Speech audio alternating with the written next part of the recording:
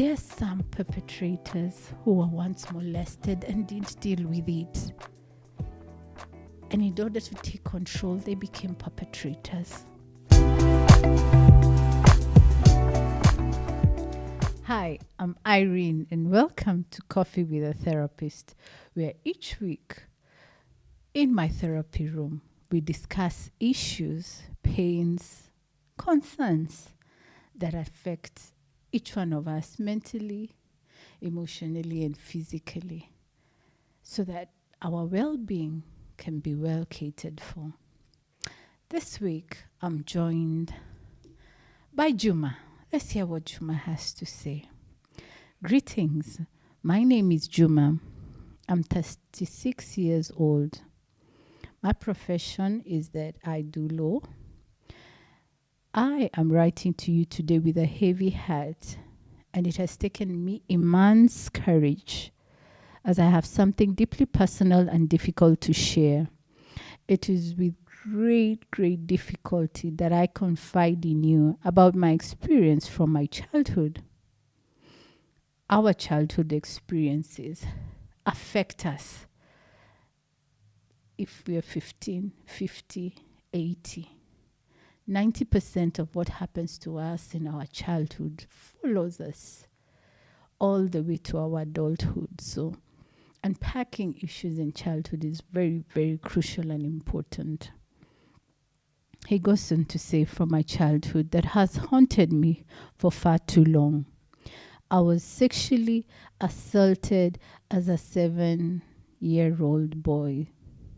Number one, there remains what seems like an impenetrable wall of silence around violence, and we all must play a big role in breaking that silence.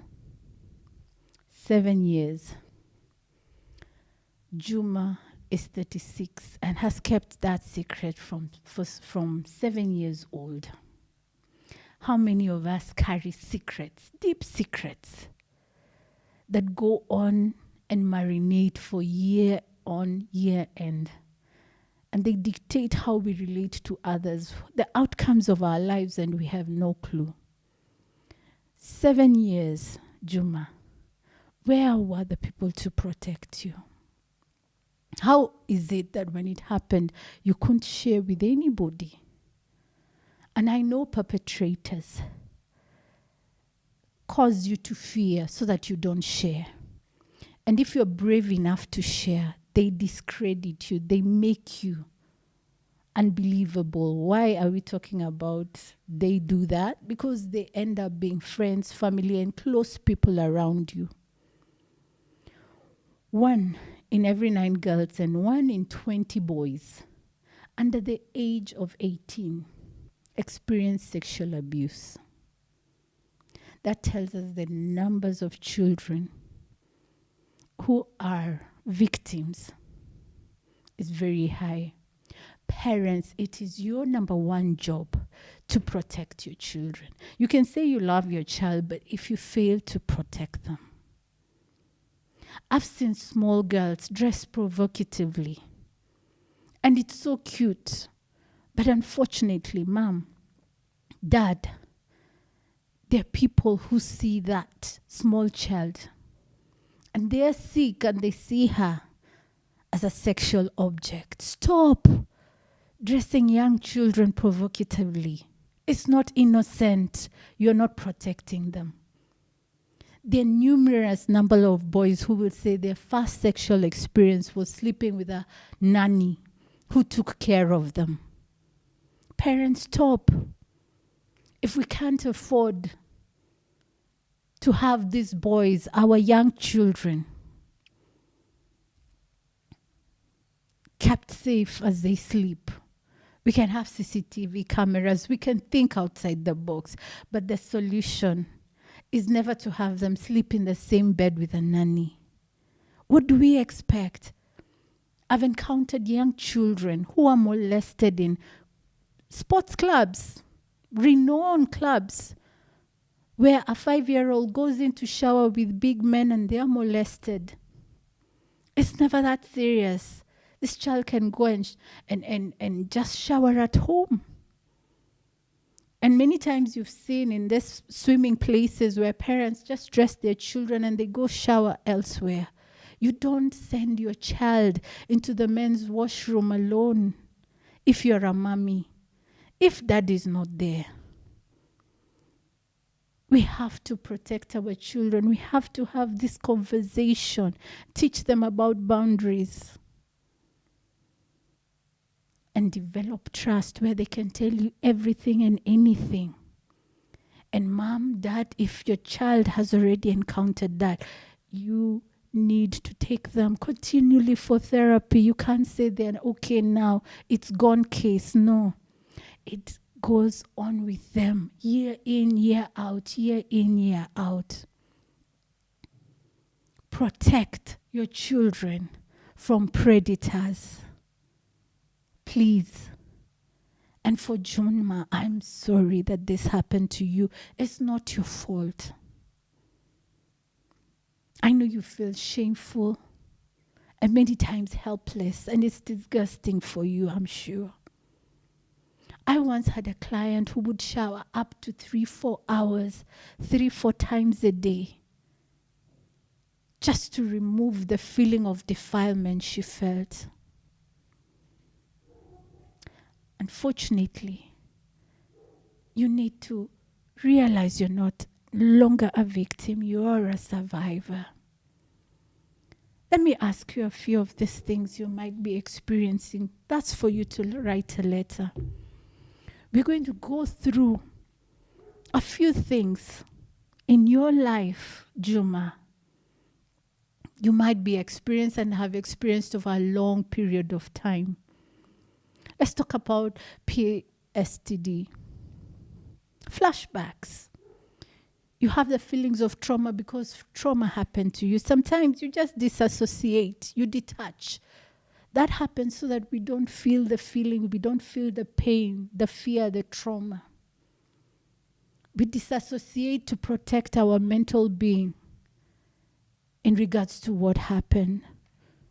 And flashbacks is all the time remembering.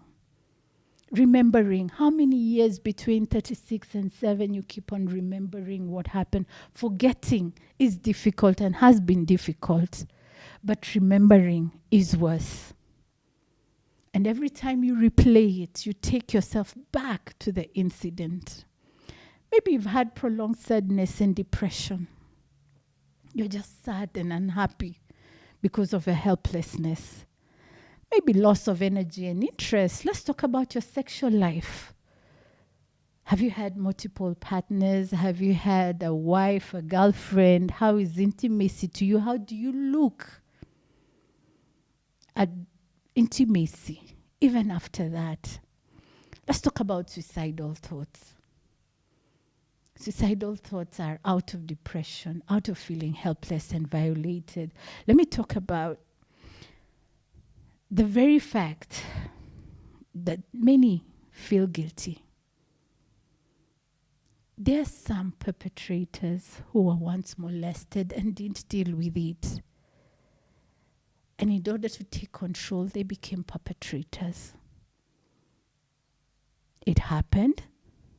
They were a victim. To take back control, they became perpetrators. And many perpetrators were themselves victims of sexual violence. What about rage? Rage, anger, that stems in from nowhere. Anger that you take out on your wife, anger that you take out on the workmates, anger that is spewed wherever you go. Road rage to the extreme. Anger that they violated you. A client I deal with in the prison is a perpetrator in prison, spewing rape and hate and sexual assault on other prisoners. And on clear discussions with him, it all began at a young age where he was victimized, where he went through the most horrendous of acts. And to take back his power, he does the same thing to others. How unfortunate that if we don't heal, we ourselves can become perpetrators. I have a friend, very good friend, and in therapy, while exploring his relationships, he told me he believes that his extreme hatred to women is because of his first sexual experience under an older woman when he was a teenager. And he can never be attracted to women. No pleasure or good thing can come from women, he says. That's why he prefers men, to be with men. The sexual assault can turn something so good into something so ugly. And Juma, they took away your worth, your self-esteem, your privacy, your energy, your confidence, and your voice. But today you've taken back your voice and you're able to take back all the others. Is healing, complete healing possible? Yes, it is. 100% it is. Complete healing is possible.